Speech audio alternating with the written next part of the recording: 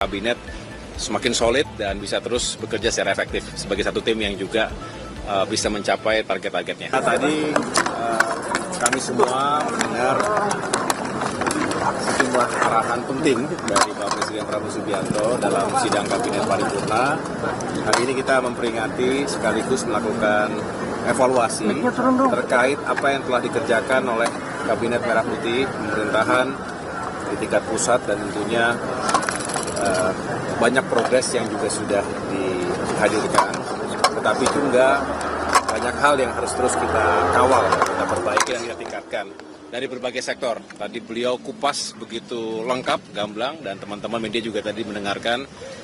Intinya adalah kita ingin terus pastikan bahwa semua agenda prioritas, program-program yang memang ditujukan untuk meningkatkan pertumbuhan ekonomi, termasuk mendistribusikan kesejahteraan bagi masyarakat secara lebih berkeadilan lagi, itu menjadi target yang harus kita capai bersama-sama ke depan.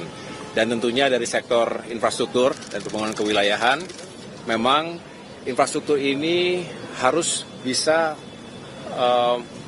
memberikan dukungan kepada sejumlah agenda prioritas. Bicara swasembada pangan butuh dukungan infrastruktur, butuh bendungan, irigasi yang juga baik. Swasembada energi juga begitu, swasembada air apalagi, dan banyak lagi termasuk bagaimana kita meningkatkan kualitas sumber daya manusia kita melalui sektor pendidikan dan kesehatan, perumahan rakyat yang juga semakin terjangkau. Jadi banyak sekali aspek infrastruktur yang menjadi elemen penting dari pencapaian Astacita yang tadi juga menjadi harapan dari Bapak Presiden ke depan, Kabinet semakin solid dan bisa terus bekerja secara efektif sebagai satu tim yang juga bisa mencapai target-targetnya. Mas, terkait kereta cepat Jakarta-Surabaya itu gimana, Mas? Belum dibahas secara khusus tadi. Yang jelas konektivitas ini terus akan kami kawal, dan bicara konektivitas tentu tidak terlepas dari bagaimana kita ingin mengoptimalkan fungsi dan peran dari kereta api secara nasional. Kita tidak hanya bicara kereta cepat, termasuk tentunya penting ketika kita menghadirkan konsep perluasan kereta cepat hingga Surabaya untuk mengurangi waktu mobilitas atau transportasi manusia, barang, dan jasa, tapi juga banyak fungsi kereta lainnya, termasuk untuk logistik, untuk barang-barang. Ini yang terus kami kembangkan juga, tidak spesifik harus bicara kereta cepat saja, tapi juga reaktivasi kereta-kereta yang sudah cukup lama perlu kita optimalkan fungsinya. Namun secara spesifik kan juga masalah anggaran kereta cepat Jakarta-Bandung ini juga jadi sorotan. Iya, benar sekali. Kami terus berkomunikasi, berkoordinasi. Beberapa hari yang lalu digelar rapat bersama dengan Danantara misalnya. Kami sendiri Kemenko Infrastruktur juga intensif mengundang Kementerian Perhubungan, termasuk juga KAI, dan tentunya Danantara, karena kita berbicara bagaimana melakukan restrukturisasi KCIC Jakarta-Bandung, WUSH, yang tentunya harus mendapatkan perhatian.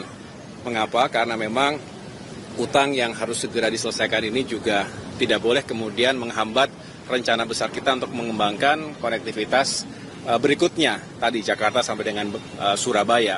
Nah, di sini masih terus dikembangkan sejumlah opsi. Saya belum bisa menyampaikan secara final karena memang masih dikembangkan opsi-opsinya dan masih dihitung semuanya, segala sesuatunya.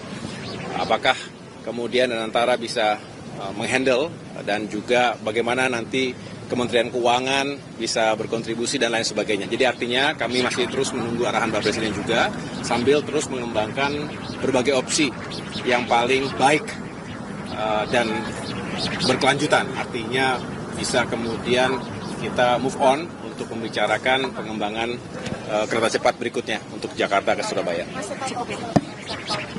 Ya. Saya merasa ya kita semua semakin saling mengenal. 1 tahun pertama memang sangat dinamis. Pertama kita semua, saya sendiri misalnya sebagai kementerian koordinator yang baru, ya, nomenklatur yang baru, kita menata sistem, organisasi, aturan main, dan juga agenda-agenda prioritas yang harus kita benar-benar kuasai. Sambil terus belanja masalah. 1 tahun pertama tentu dengan segala dinamikanya, tapi kami melihat justru dengan sering berkoordinasi, termasuk juga turun ke lapangan, hubungan antara pemerintah pusat dan daerah juga penting sekali, antar kementerian lembaga juga semakin erat, karena sudah saling mengenal. Rasanya kami lebih optimis untuk tahun kedua dan tahun-tahun berikutnya, segala bentuk koordinasi dan kolaborasi di lapangan bisa semakin baik ke depan.